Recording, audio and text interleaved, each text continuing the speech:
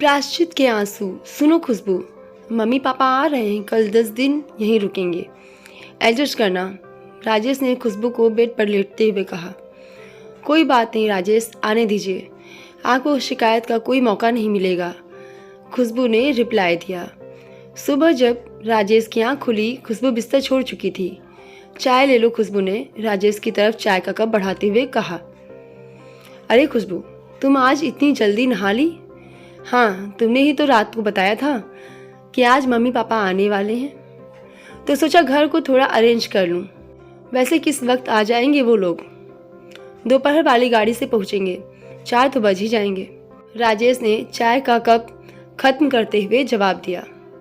खुशबू, देखना कभी पिछली बार की तरह ही नहीं, पिछली बार जैसा कुछ भी नहीं होगा, खुशबू ने भी कप खत्म करते हुए राजेश को कहा और उठकर रसोई की तरफ बढ़ गई।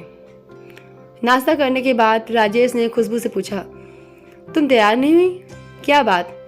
नहीं, आज तुम निकलो, मैं ऑटो से पहुंच जाऊंगी, थोड़ा लेट निकलूंगी, खुशबू ने लंच बॉक्स थमाते हुए राजेश को कहा। बाय बाय कहकर राजेश बाइक से ऑफिस के लिए निकल गया और खुशबू घर के काम में लग गई। मुझे तो बहुत डर लग रहा है, मैं तुम्हारे कहने से राजेश के पास जा तो रहा हूँ, लेकिन पिछली बार बहू से जिस तरह खटपट हुई थी, मेरा तो मन ही भर गया। न जाने ये 10 दिन कैसे जाने वाले हैं। राजेश के पिताजी राजेश की मम्मी से कह रहे थे, अजी भूल भी जाइए, बच्ची है, कुछ हमारी भी तो गलती थी, हम भी तो खुशबू से कुछ ज़्यादा ही उम्मीद लगाए बैठे थे। उन बातों को अब साल भर बीत गया है, क्या पता कुछ बदलाव आ गया हो। इंसान हर पल कुछ नया सीखता है, क्या पता कौन सी ठोकर किसको क्या सिखा दे। राजेश की मां ने पिताजी को हौसला देते हुए कहा। दरअसल 2 भाइयों में राजेश बड़ा था और श्रवण छोटा। राजेश गांव से 10वीं करके शहर आ गया आगे पढ़ने, और श्रवण पढ़ाई में कमजोर था, इसलिए गांव में ही पिताजी का खेती बाड़ी में हाथ बटाने लगा। राजेश बीटेक करके शहर में ही 20,000 रुपए की नौकरी करने लगा। खुशबू से कोचिंग सेंटर में ही राजेश की जान पहचान हुई थी। यह बात मम्मी पापा को राजेश ने खुशबू से शादी के कुछ दिन पहले बताई। पिताजी कितने दिन तक नहीं माने थे इस रिश्ते के लिए, फिर भी बड़ा दिल रखकर जब पिछली बार राजेश और खुशबू के पास शहर आए थे तो मन में बड़ी उमंगें थी, पर 7-8 दिन में ही खुशबू के तेवर और बेटे की बेबसी के चलते वापस गांव की तरफ हो लिए। अरे भगवान, उठ जाओ, स्टेशन आ गया, उतरना नहीं है क्या? राजेश के पिताजी की आवाज़ से माँ की नींद टूटी। सामान उठाकर दोनों स्टेशन से बाहर आ गए और ऑटो में बैठकर दोनों राजेश के घर के लिए रवाना हो गए। घर पहुंचे तो खुशबू घर पर ही थी। जाते ही खुशबू ने दोनों के पैर छुए, चाय पिलाई, नहाने के लिए गर्म पानी किया। पिताजी नहाने चले गए और खुशबू रसोई में खाना बनाने लगी। थोड़ी देर में राजेश भी आ गया। फिर बैठकर सबने थोड़ी देर बातें की और खाना खाया। अगले दिन सुबह 5 बजे पिताजी उठे तो खुशबू पहले ही उठ चुकी थी। पिताजी को उठते ही गर्म पानी पीने की आदत थी। खुशबू ने पहले से ही पिताजी के लिए पानी गर्म कर रखा था। नहा धोकर पिताजी को मंदिर जाने की आदत थी। खुशबू ने उनको जल से भरकर लोटा दे दिया। नाश्ता भी पिताजी की पसंद का तैयार था। सबको नाश्ता करवा कर खुशबू राजेश के साथ चली गई तो पिताजी ने चैन की सांस ली।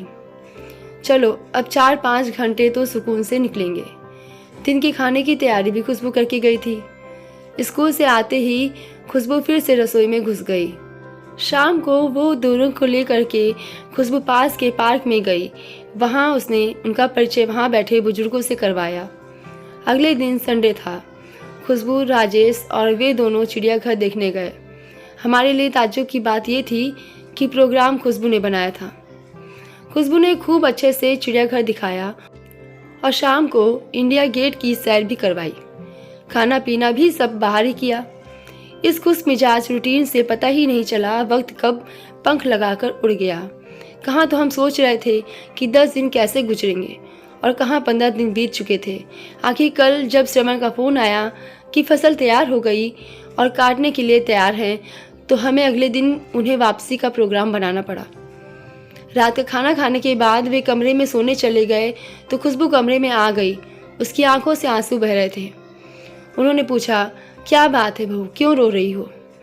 तो खुशबू ने पूछा, पिताजी, माँ जी, पहले आप लोग एक बात बताइए, पिछले 15 दिनों में कभी आपको यह महसूस हुआ कि आप अपनी बहू के पास या बेटी के पास हैं? नहीं बेटा, सच कहूँ तो तुमने हमारा मन जीत लिया। हमें किसी भी पल यह नहीं लगा कि हम अपनी बहू के पास रह रहे हैं। तुमने हमारा बहुत ख्याल रखा। लेकिन एक बात बताओ बेटा, तुम्हारे अंदर इतना बदलाव आया कैसे? पिताजी, पिछले साल मेरे भाई की शादी हुई थी। मेरे मायके की माली हालत बहुत ज़्यादा बढ़िया नहीं है। इन छुट्टियों में जब मैं वहाँ रहने गई तो मैंने अपने माता पिता को एक एक चीज़ के लिए बात बात पर भाभी के हाथों तिरस्कृत होते हुए देखा। मेरा भाई चाह कर भी कुछ नहीं कर सकता था। मैं वहाँ उनके साथ हो रहे बर्ताव से बहुत दुखी थी। उस वक्त मुझे अपनी करनी याद आ रही थी कि किस तरह का सलूक मैंने आप दोनों के साथ किया था। किसी ने यह बात सच कही है कि जैसा बोगे वैसा काटोगे। मैं अपने माँ बाप का भविष्य तो नहीं बदल सकती, लेकिन खुद को बदल कर मैं ये उम्मीद तो अपने आप में जगा ही सकती हूँ कि कभी मेरी भाभी में भी बदलाव आएगा और मेरे माँ बाप भी सुखी होंगे। खुशबू की बात सुनकर उनकी आंखें भर आईं। बहू को खींचकर गले से लगा लिया। हाँ बेटा, अवश्य एक दिन अवश्य ऐसा होगा। खुशबू अब भी रोए जा रही थी। उसकी आंखों से जो आंसू गिर रहे थे वो शायद उसके पिछली गलतियों के प्रायश्चित के आंसू थे।